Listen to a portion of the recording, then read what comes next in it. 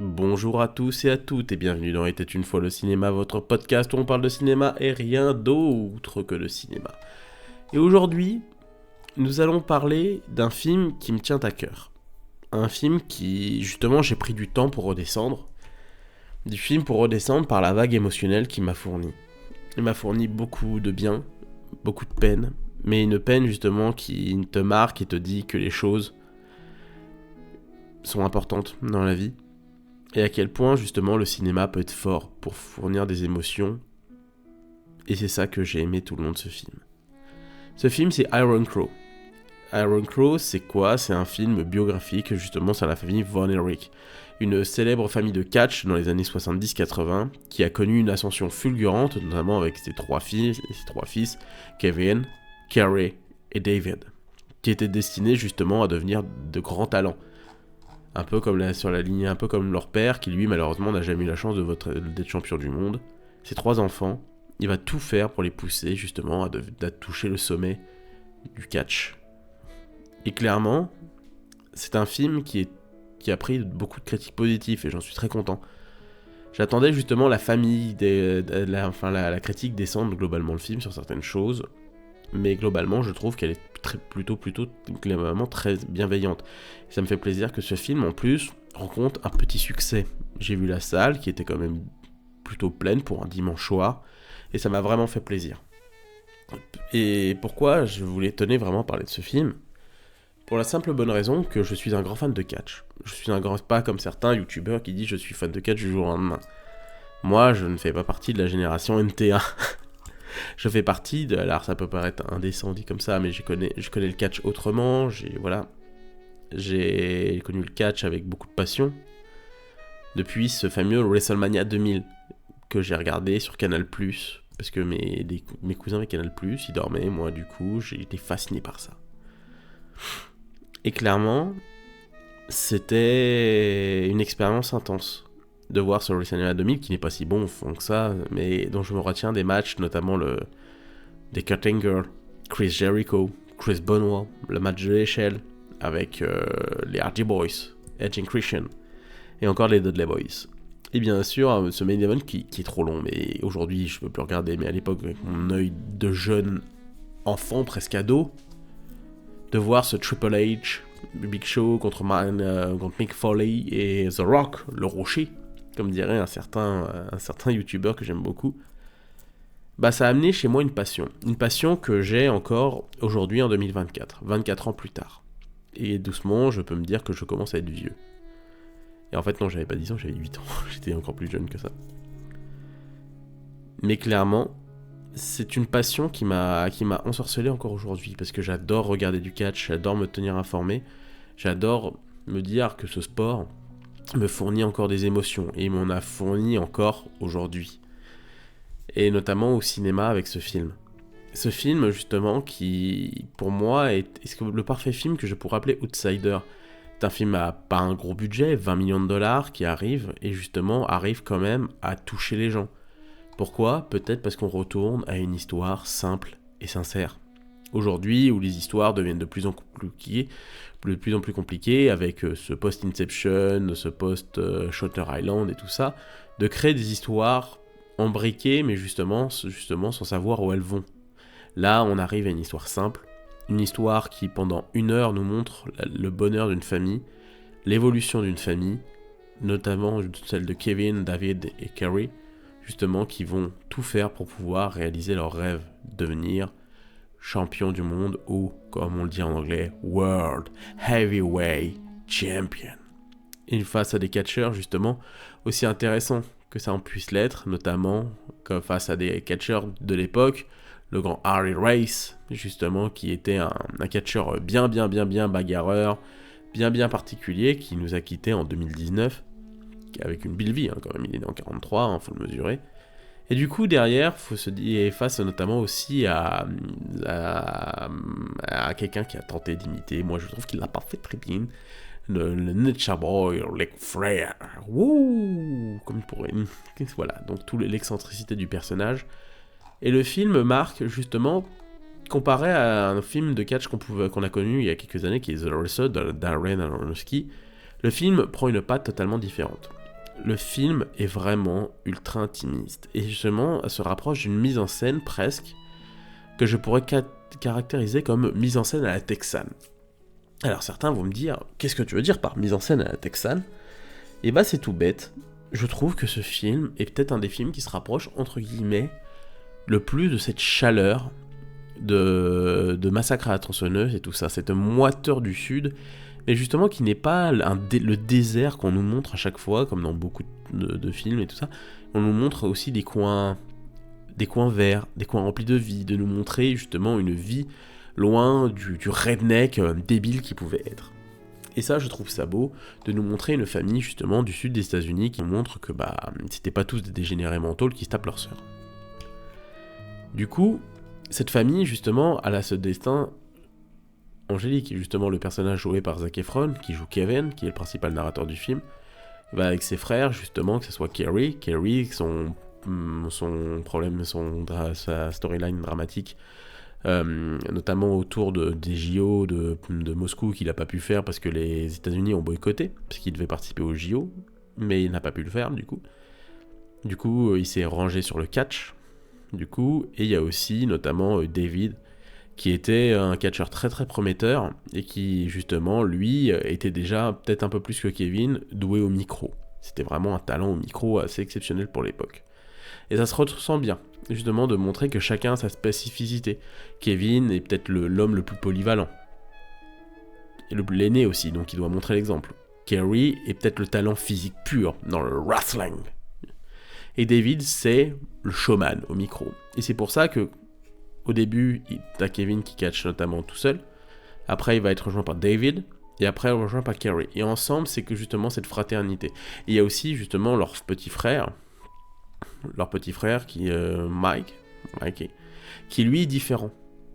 Qui est lui différent pour une seule et unique bonne raison, qu'en fait, même s'il aime le catch et tout ça, c'est un acteur justement c'est un personnage qui est totalement différent de ses frères. Il a une sensibilité artistique, il aime la musique, il aime le chant, il a d'autres passions, il a autre chose que le catch. Mais ils vivent à travers leur père justement, qui lui est un peu, on va dire, entre guillemets, un dictateur dans l'idée. Il veut vraiment imposer à ses enfants pas un choix de vie, de leur dire « Vous allez devenir des champions. Je n'ai pas été champion, vous allez devenir champion. » Il leur impose ce mode de vie qui va les bouffer, un par un, au fur et à mesure. Mais on a le temps encore.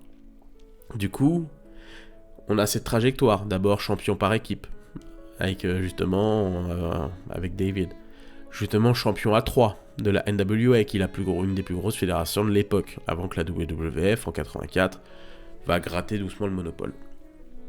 Et après, monopole, une grosse partie du catch fanbase à l'époque. Et même si c'est plus compliqué que ça, j'abrège en bref. Et du coup, derrière, c'est intéressant de voir comment le film prend son temps. Le film dure à peu près 2 heures et quelques, 2h10. Et le film prend presque 1 heure pour juste montrer la vie de ces personnages. Ce qu'ils aiment, leur soirée, leur passion, ce qui les fait vivre. Comme le personnage de Mikey Tapa, c'est ça justement qui est beau, de voir que ce personnage, justement, aime profondément ses frères et la musique. Et c'est pas parce que c'est le plus musclé et tout ça qu'il est banni. Ses frères le défendent, le protègent presque. Et la seule personne malheureusement qu'ils n'ont pas pu le protéger, c'est contre leur père, leur propre père. Et du coup, à un moment, vient le bonheur notamment de Kevin qui va rencontrer l'amour avec le personnage justement de Pam, avec qui il va se lier d'amour, et qui va sortir doucement un peu du microcosme de son père. C'est ça qui est intéressant. Kevin est peut-être celui-là qui a le plus survécu, parce qu'il a eu la chance justement d'avoir quelqu'un qui l'aime, et qui justement va pas lui permettre de prendre du recul vis-à-vis de sa famille.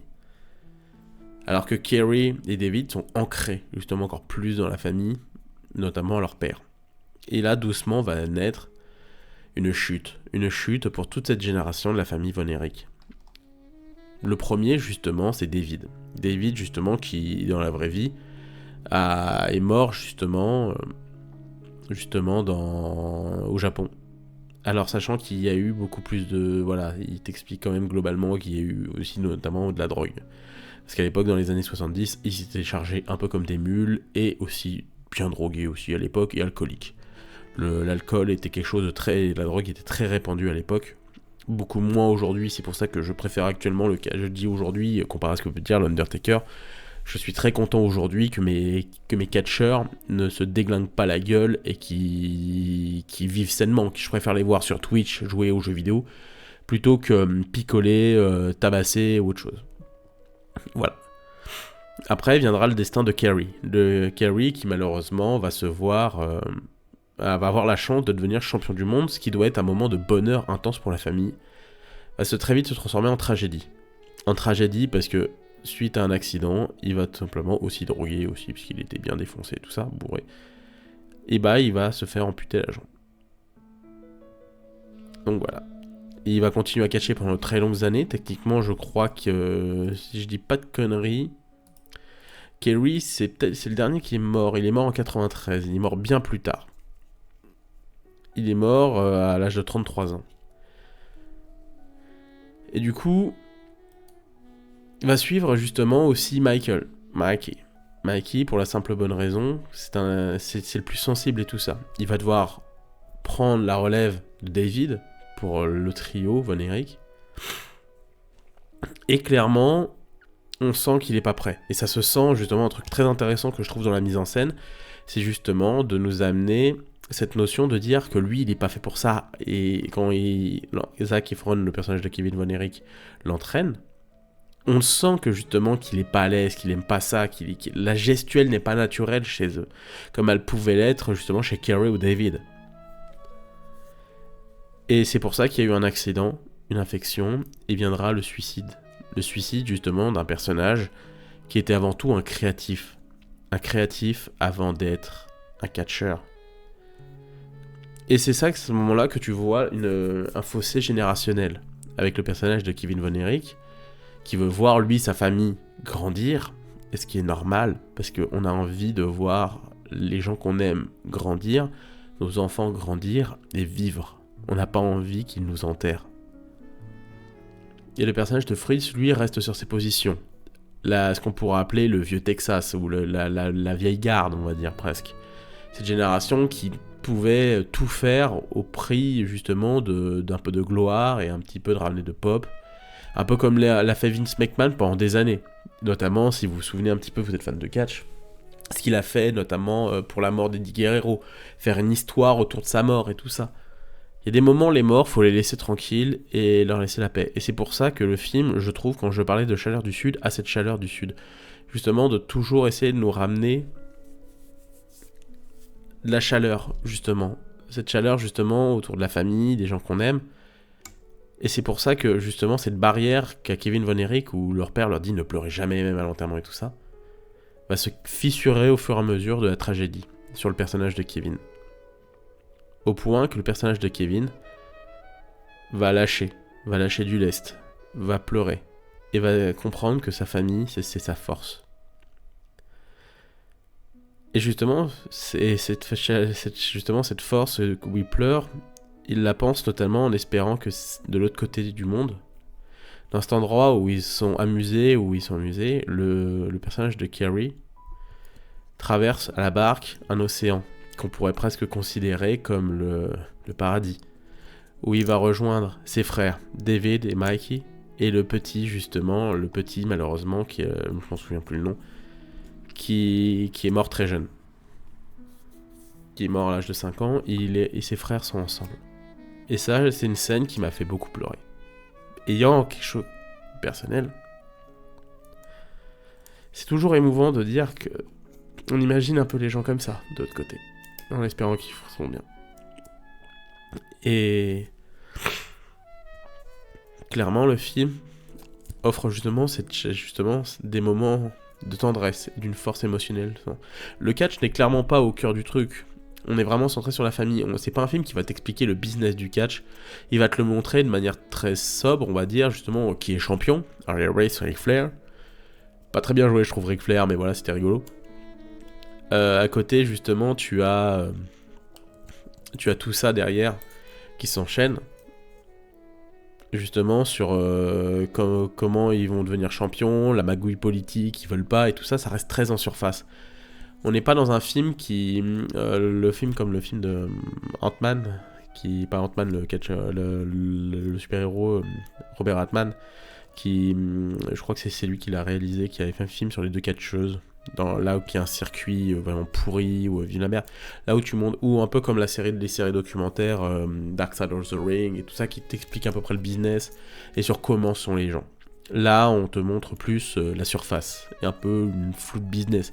Et c'est pas plus mal parce que ça permet de recentrer le film sur quelque chose d'essentiel qui est la famille, Von Erich, et justement, c'est le cœur du film. Et le film, au moins, ne part pas. Ne reste pas hors sujet, justement, en voulant montrer le business. Ce que je trouve très intelligent. Il le fait tout en surface, il te laisse apparaître justement d'autres personnalités, notamment comme le père de Jeff Jarrett qui voulait acheter la fédération. Et justement, c'est un moment de juste, voilà, que je trouve très très très fort. Le film a vraiment de très bonnes qualités visuelles, je trouve, vraiment ce grain old school, cette manière justement de le filmer, c'est vraiment une manière presque à la texane que je retrouve. Alors que bon, le réalisateur est absolument pas texan, il est américano-canadien, je crois.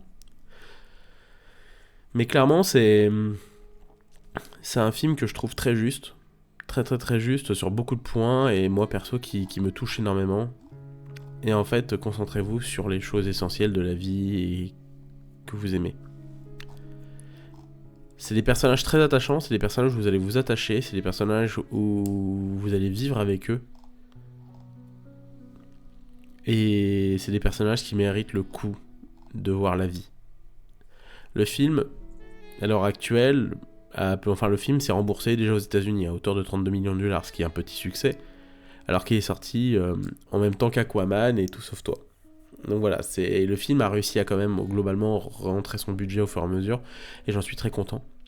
C'est d'une profondeur et d'une puissance à la fois. C'est un film qui va vous faire passer par plein de modes émotionnels. Je veux passer un petit peu au niveau des acteurs aussi, notamment Zac Efron. Zac Efron qui, voilà, depuis pas mal d'années, certains, comme dirait un ami, tu vois sa gueule, c'est chaud. Bah oui, c'est chaud parce qu'il a eu un accident, je crois, et du coup, à la mâchoire, il a dû se repérer et tout ça, donc du coup, il a eu une évolution un peu tragique. Mais du coup, justement, depuis quelques années, je trouve que c'est un acteur qu'on sous-estime énormément. Car c'est un acteur, justement, qui montre qu'il veut varier un peu ses plaisirs, qui veut varier, justement, sa palette de jeux, notamment avec le film, c'est le film qui est pas spécialement ouf, mais que j'ai trouvé intéressant sur certains points, notamment sur Ted Bundy. Le faire jouer sur ça, je pense que c'est d'une très bonne intelligence. Iron Claw, il montre que justement il a du talent, il avait fait un petit passage chez James Franco chez The Disaster Artist, il est passé beaucoup par la comédie avec... Donc voilà, c'est un acteur qui, pour moi, a beaucoup de polyvalence et qui peut montrer certaines choses. Et c'est pour ça que moi, Zac Efron, c'est un des rares acteurs américains où je me dis, il a encore quelque chose à prouver, parce qu'il est encore jeune, il a 36 ans, mais qui peut nous montrer de bonnes choses. En tout cas, je ne lui souhaite que le meilleur, et vraiment, c'est un très bon. Moi, j'étais surtout subjugué par le jeu, justement, de Jillian White, qui joue Carrie, qui est le personnage, justement, qui prend le plus de drogue, voilà, parce que Carrie, il faut le savoir, dans la vraie vie, c'était notamment quelqu'un qui prenait beaucoup de drogue, c'est-à-dire sa dépression était liée aussi à ça. Et clairement, c'est dans ce film, c'est un personnage qui est tragique à souhait et qui justement est brisé par la vie et qui le transmet vachement bien. Et après, le personnage de Harris Dixon, justement, qui a joué dans quelques films, notamment Mathias et Maxime de Xavier Dolan, il a joué dans Maléfique, il a joué dans Sans filtre, il a une bonne carrière intéressante. Justement, beaucoup plus dans l'auteur, avec quelques films un petit peu grand public, avec notamment Première Mission de Matthew Vaughn. Mais c'est un acteur qui est intéressant et franchement qui amène très bien ce personnage. En plus, je trouve que c'est avec sa coupe vraiment typée 90s, 70s, c'est un personnage qui lui va vachement bien. Vachement bien. Du coup, voilà, pour les acteurs de la famille Von Erich, le personnage joué par Holt McCallany, justement, joue merveilleusement bien, ce père tyrannique et tout ça. Je le fais très très très bien. Mikey est un de mes personnages préférés parce que c'est un personnage d'une sensibilité que je trouve magnifique. D'ailleurs, un petit passage, parce qu'il y a un de mes catcheurs préférés, Maxwell Jacob Friedman, justement, MJF, qui joue un petit rôle dans le film, et franchement, ça m'a fait super plaisir, je l'ai reconnu vite et tout ça. Et Chavo Guerrero, qui faisait The Freaks aussi. D'ailleurs, Chavo Guerrero, qui était coordinateur, justement, des catcheurs, enfin des acteurs pour les former au catch. Et d'ailleurs, c'est un dernier point que je vais finir sur ça, sur le film, c'est que le film, je pense, d'un point de vue catch pur, montre ça avec beaucoup de justesse. Beaucoup de justesse parce que c'est quand même le truc parfait entre le spectacle. Excusez-moi. Entre le spectacle et justement le cinéma, c'est de savoir comment se placer et tout ça pour pas que ça fasse cheap et tout ça. Et le film le fait merveilleusement bien avec cet aspect de mise en scène justement de zoom très lent où tu pars souvent très large et tu repoints sur un point, où tu pars d'un point et tu repars en arrière. Il y a un côté un peu Barry Lyndon-esque justement sur ce point-là et qui fait que je trouve que ça rajoute un dynamisme, mais en plus ça revient sur une démarche old school que je disais et qui est très intéressante. En tout cas, j'espère que ce film vous plaira. Allez le voir au cinéma. Le film mérite un petit succès en salle et franchement, ça me ferait super plaisir que vous ayez le voir. Merci à vous. Je vous dis donc à la prochaine. Ciao.